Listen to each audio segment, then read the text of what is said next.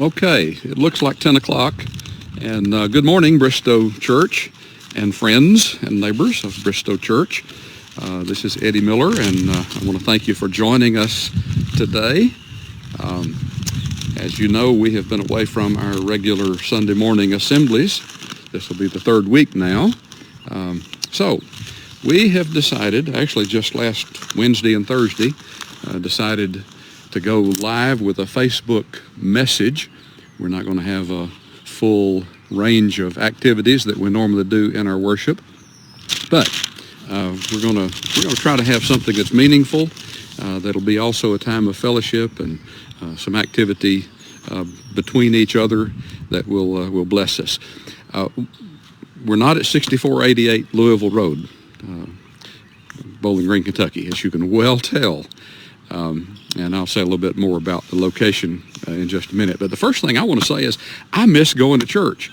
And I know that all of you do too. Really, that's not the right way to say it, but you know what I mean. I miss being a part of the group. I miss being a part of the location, the fellowship, and the face-to-face activities. Facebook is not exactly social. But anyway, here we are. Actually, a little full disclosure. I said it's been 3 weeks.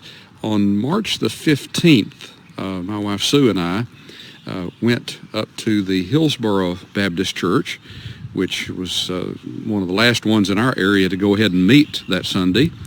Our neighbor, Lynn Hill, decided that with his leaders that they would go ahead and meet that Sunday, and they had a tremendous prayer service and worship service, and we enjoyed that. And so we did have the opportunity to have a fellowship with a group on one of the 3 Sundays. But here we are, March 29th, and it looks like this may go on for a few weeks, and Lord willing, we'll do it for several weeks until we can all get back together. About my location, I don't know if you can tell, I'm outdoors. I'm actually sitting on a picnic table at the little Nazarene church about a mile from our house. And I decided yesterday or the day before that this would be a good thing to try for 2 reasons. One is the Wi-Fi at my house sometimes unexplainably goes down. And I thought, here we are in the middle of something and Wi-Fi goes down. I knew they had a good, powerful, strong, and consistent Wi-Fi. So I talked to James Lunsford, the pastor, and he said, sure, come on down. In fact, he said, you can come inside. But I decided I would try to do it outside. Now, doing it outside has a couple of downsides. One, we may have some wind noise, and we may also have a big truck go down the highway. We're about 100 yards from Highway 7 out here, and we may have a loud truck or a motorcycle. We might even have a highway patrolman or an ambulance go by. But if we do, that's just the way the world works. Anyway, we'll do the best we can. I thought about trying to do this on my porch. Like I said, the Wi-Fi is not too consistent. I thought that would be a real comfortable place for me, a little folksy and homesy for those of you watching. And then I also thought about maybe sitting on the little couch in my den. Behind the couch, there is this huge portrait that my grandfather gave to my dad, and then my dad gave to me, and one day I'll give to my son, of my great-grandfather, whom I never knew. In fact, my grandfather never knew him because I think he was just 2 or 3 years old when his dad died, the man in the portrait. In 1901, my great-grandfather, Samuel Miller, died in one of the many flu epidemics in the United States at that time. And I guess maybe there's a little serendipity there. Maybe there's a little message there that things really don't change, except maybe how fortunate we are to be alive in 2020 when there is a lot of extra medical care and medical attention and advanced scientific knowledge that was not available in 1900, 1901, 1918, and all the other times when we faced significant what they call pandemics. But anyway, for now, I'm out in the weather. And there'll probably be a little bit of noise, and it may be a little dicey, but this may be giving us a little sense of low-tech mixed in with all the high-tech. We had a band of thunderstorms move through late last night. I'm going to sound like the weatherman for just a minute. About midnight, 12:30, woke me up. And I'm a little bit of a light sleeper anyway, and when I woke up, as always, I'm laying there tossing and turning, thinking about the next day, in this case, thinking about today, and wondering, is this going to work? And thinking if I talk for 20 or 25 minutes and we're not really online and nobody's listening, and it was all for naught, and those of you who were planning to listen are listening to nothing. Well, I guess we're just going to take that chance today. I hope you're listening. But usually when I wake up in the middle of the night like that for any reason, I spend some time praying. And I did pray about today. I prayed about Facebook. I prayed about my ability to say something meaningful. I'd been thinking about it for several days and studying and praying myself. But I tell you what I normally do. I normally pray by name, one by one, for my 11 grandchildren and their parents, all 5 parents and 5 in-laws, my 5 kids and the 5 mates. And I start with the youngest, who is 2, and go all the way to the oldest, who's 19. And I name them, and I've done this for years. Now, the more there are and the older I get, the more difficult it kind of gets to name them, and especially to get them in order. But I was thinking about the world that we're in, and I think about the world they're going to be in charge of one day. And I said a special prayer for them, and I hope you'll think about the same thing in your own life with your own people. Someone else I also thought about, and I want to ask you to think about, my niece, Brittany Lewis, who lives in Henderson, Tennessee, which is not too far from Jackson, Tennessee. Her husband, Todd, has been in intensive care for the last maybe now 10 days. They just took the ventilator out today. He has COVID-19. And Todd and Brittany have 3 wonderful little boys. And they've had a real challenging time, as you can imagine. But the latest news I got just now is, like 10 minutes ago, 15 minutes ago, is that everything is headed in a really positive direction. So maybe waking up from a thunderstorm and worrying about today and thinking about what's going to happen, whether it's in Santa Fe, Tennessee, or Bowling Green, Kentucky. Maybe it was not a bad thing after all. You know, one of the real problems with this whole COVID-19 thing, and for that matter, any world event that is stressful and challenging, is the question, who do I need to listen to? Who's got the answer? Who's going to give me some guidance that makes sense, that fits? And, I've listened to just about everybody talk about it, and I think a lot of people who have never touched a logic book or had a math course have all of a sudden become statisticians and experts at public health policy. You hear the politicians who masquerade as epidemiologists or whatever those scientists are that study these kind of things. And then the TV talking heads, they're probably the worst and probably the ones that you've heard the most, pretending to be scientists.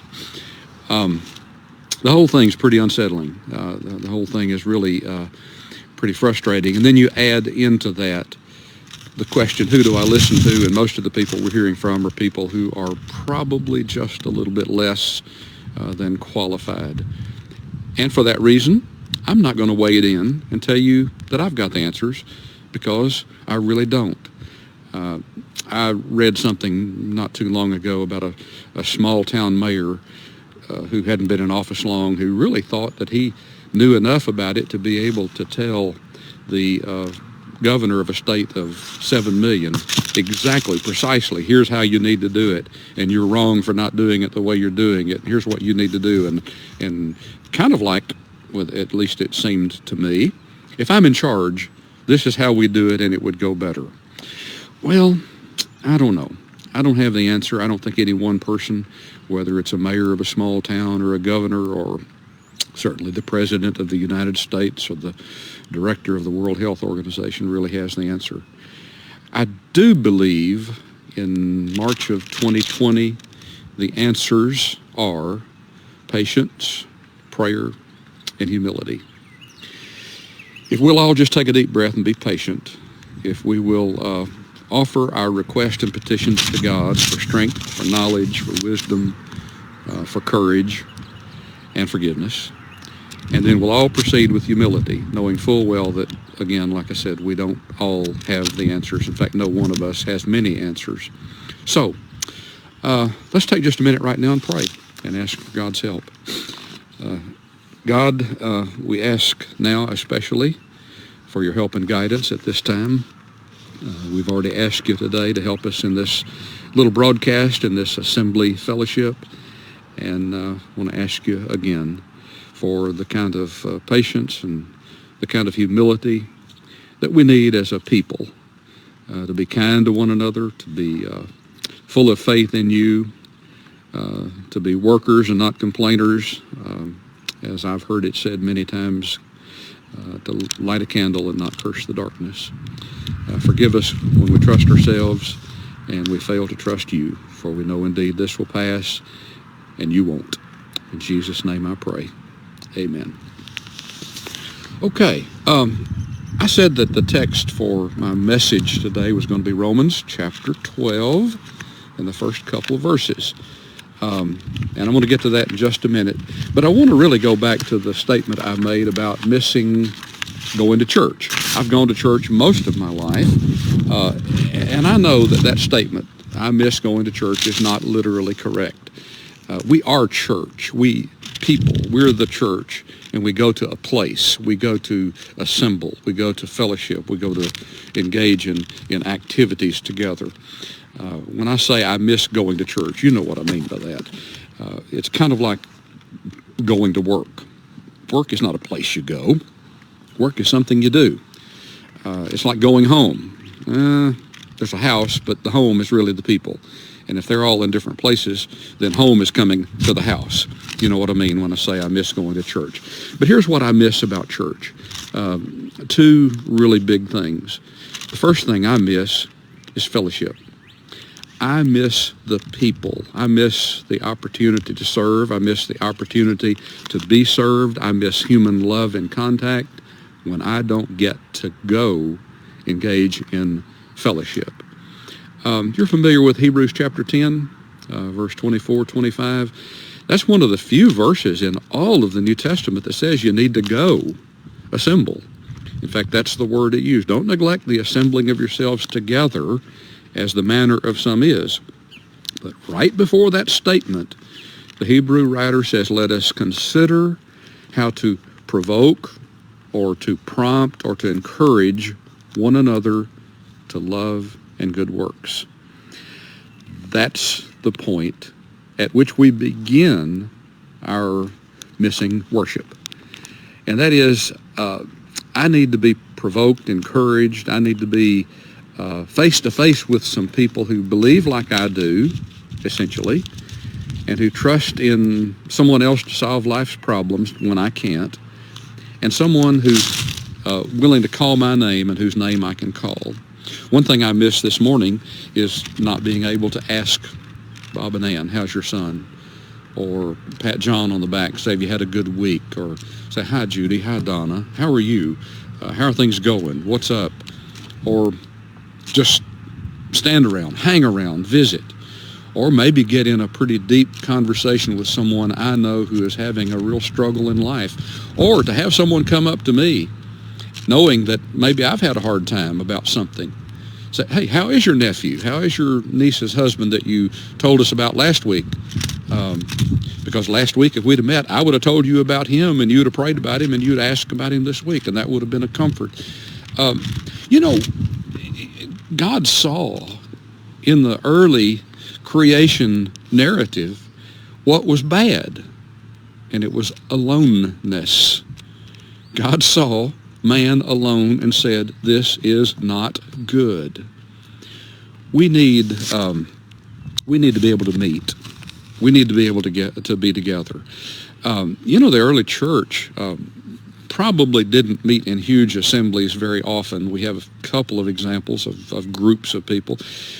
I have read no less than a dozen times that the early Christians met in houses. Look it up. Most of them are in the book of Acts, but many of them occur sprinkled throughout Paul's writing, where the early Christians didn't leave home to go to church. They stayed at home and were church.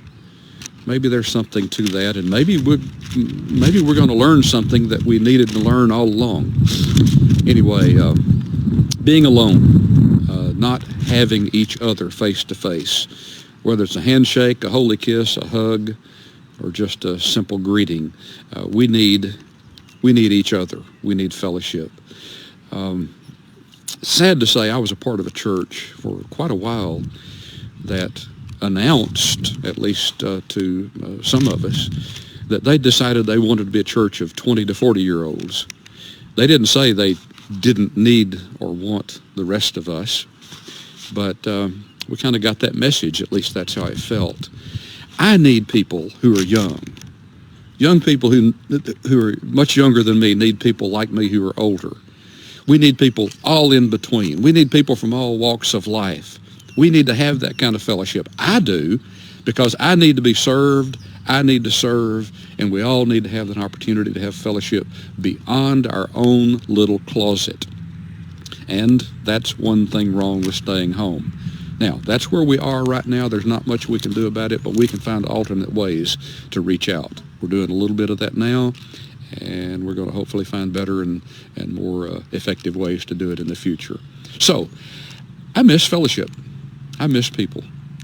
A second thing that I miss about going to church is I miss teaching, and I miss being taught. I miss learning. I was reading in a book by actually one of my former students where he talked about 1 Corinthians chapters 11, 12, 13, and 14, that four-chapter section being probably the only manual in the entire New Testament on worship. And he made a pretty good analysis, I think, a pretty good case for how worship was to be conducted and how people who were having trouble with worship needed to get together and get it straightened up. But the key point of that was, in all the things that people did when they got together, for example, they took the Lord's Supper, they had a communion activity, they sang, they had people who spoke in tongues, they had people who spoke words of prophecy, they had people who taught, people who interpreted the speaking in tongues and the prophecy, and so forth. By the way, while I'm thinking of the word interpret, at the end of this lesson, one of our members, Roy Griffith, is going to interpret this entire message, if he can, and post it right after this is posted for the deaf. So, I think that'll be a tremendous service, and I hope all of you who are listening, and maybe others, will spread that word to those who are unable to hear and who would like to have the message and who would like to have a little word of fellowship and encouragement. But anyway, thank you, Roy, and we'll look forward to that. But anyway, back to 1 Corinthians chapter 11 and through verse 14. In 14:26, let me read this passage. In 1 Corinthians 14:26 beginning, what shall we say, brothers? When you come together, everyone has a hymn or a word of instruction, a revelation, a tongue, an interpretation. All of these things must be done for the strengthening of the church. That's the point. They all are to be done, whether it's the preaching, the preaching, teaching, whether it's the singing. In fact, this sounds just like Colossians 3:16, where we're to sing, teaching, and admonishing one another with psalms, hymns, and spiritual songs. That's really why we come together. We could go out on that creek bank behind me and worship and sing and praise God and be encouraging to ourselves. But really, what's the merit to that when we could add the dimension that the Bible, the New Testament, talks about, and that is encouraging one another? Well, what I'm suggesting is that we find alternate ways to teach others and build each other. It may need to start with the people who live in our own home. It certainly is going to be the people that we talk to and communicate with via social media or telephone. This may be a good time for a resurrection of sending cards, notes, and letters. I have a ream, Sue and I have a ream of letters that were written by my mother many years ago to her mother. There have been a few times where we've sat down and read some of those letters. They're amazing. And my mother, who was quite a writer, sometimes a little comical, would always begin with, here's the weather, here's what's going on in our little town, and then she would add, and they took so-and-so to the nursing home, so we're going to add them to death row. Okay, that's how sardonic and sometimes humorous my mother was. But maybe this is the time to start writing letters. Just write a letter to someone every day that you haven't communicated with in a long time. And include a little teaching and building up, a little encouraging. Okay, one final word and we're going to be through.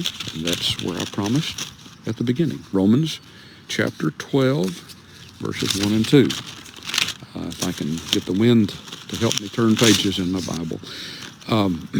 Romans 12, 1 and 2 may be the final answer. I started out saying, I don't know who has the answer. I've listened to people and tried to do some thinking on my own. Who has the answer to all this that's going on? Well, here's the answer about worship, missing worship, living through hard times, dealing with the pandemic, the whole ball of wax. Paul says it, therefore I urge you, brothers, in view of God's mercy, offer your bodies as living sacrifices, holy and pleasing to God. And then he adds, this is your spiritual act of worship. He goes on in the rest of that chapter to give details on how you should live your life, what to do, what not to do, why to do what you do and not do. But especially that last phrase in verse 1, this is your spiritual act of worship.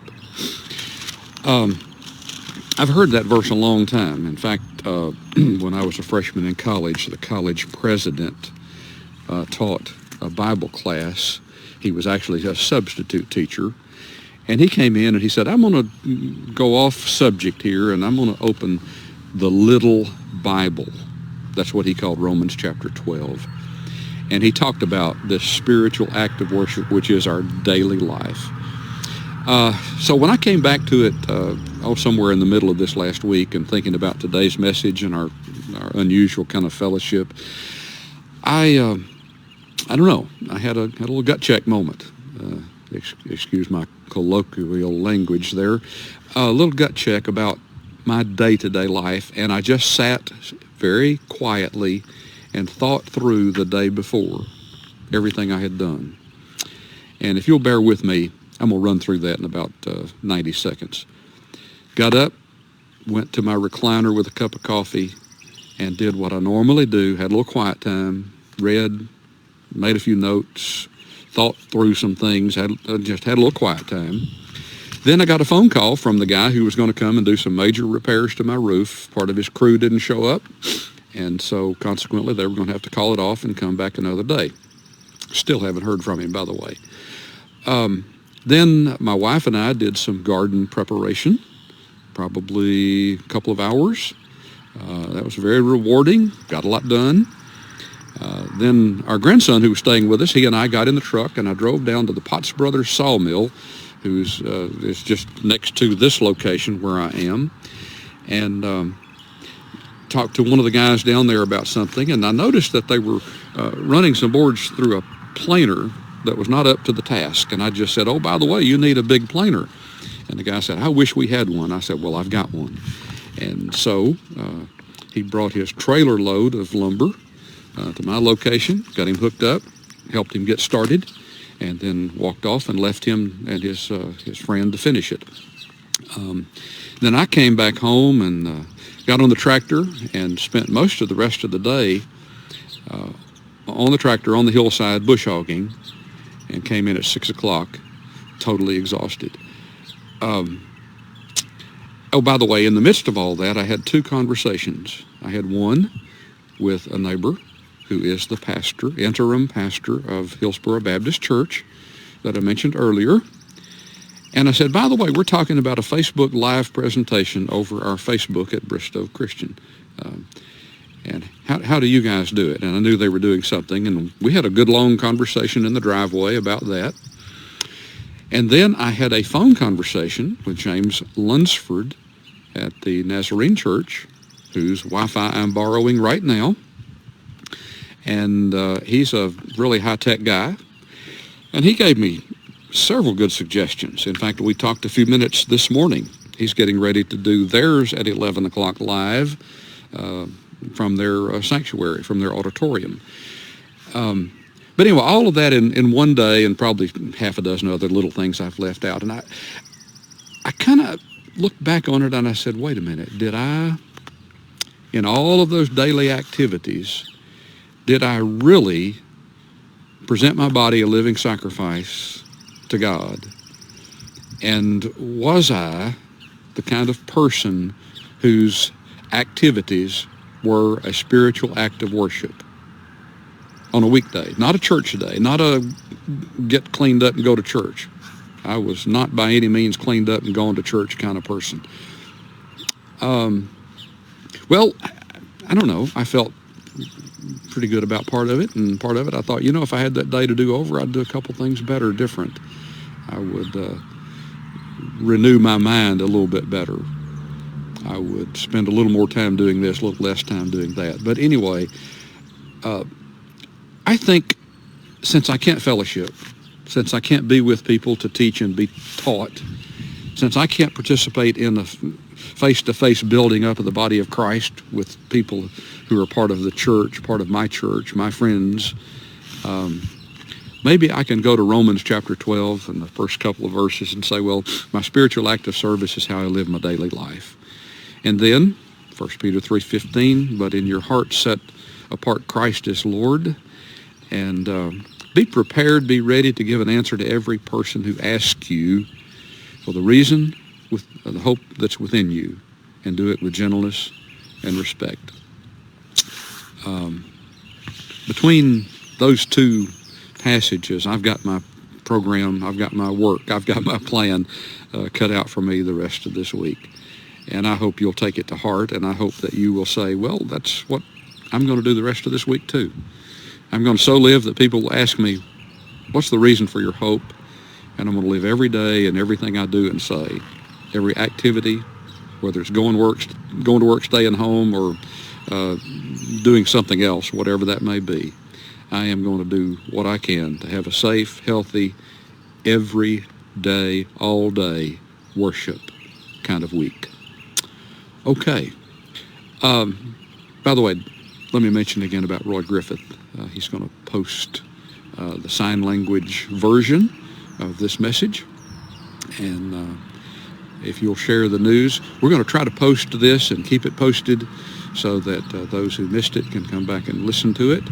And we hope to hear from you. Hope the quality has been good enough. And who knows, I may sit on the couch next week if we can make sure my Wi-Fi is up to speed. Or, I don't know, I may get a chair and sit in the middle of Leapers Creek out behind me here. Anyway, we'll have some fun with it. We'll be blessed with each other. And I feel a little better. I feel like we've had some fellowship, maybe a little time to be church, even though we couldn't go to church. Okay, God bless. I'm going to try to turn this off and make it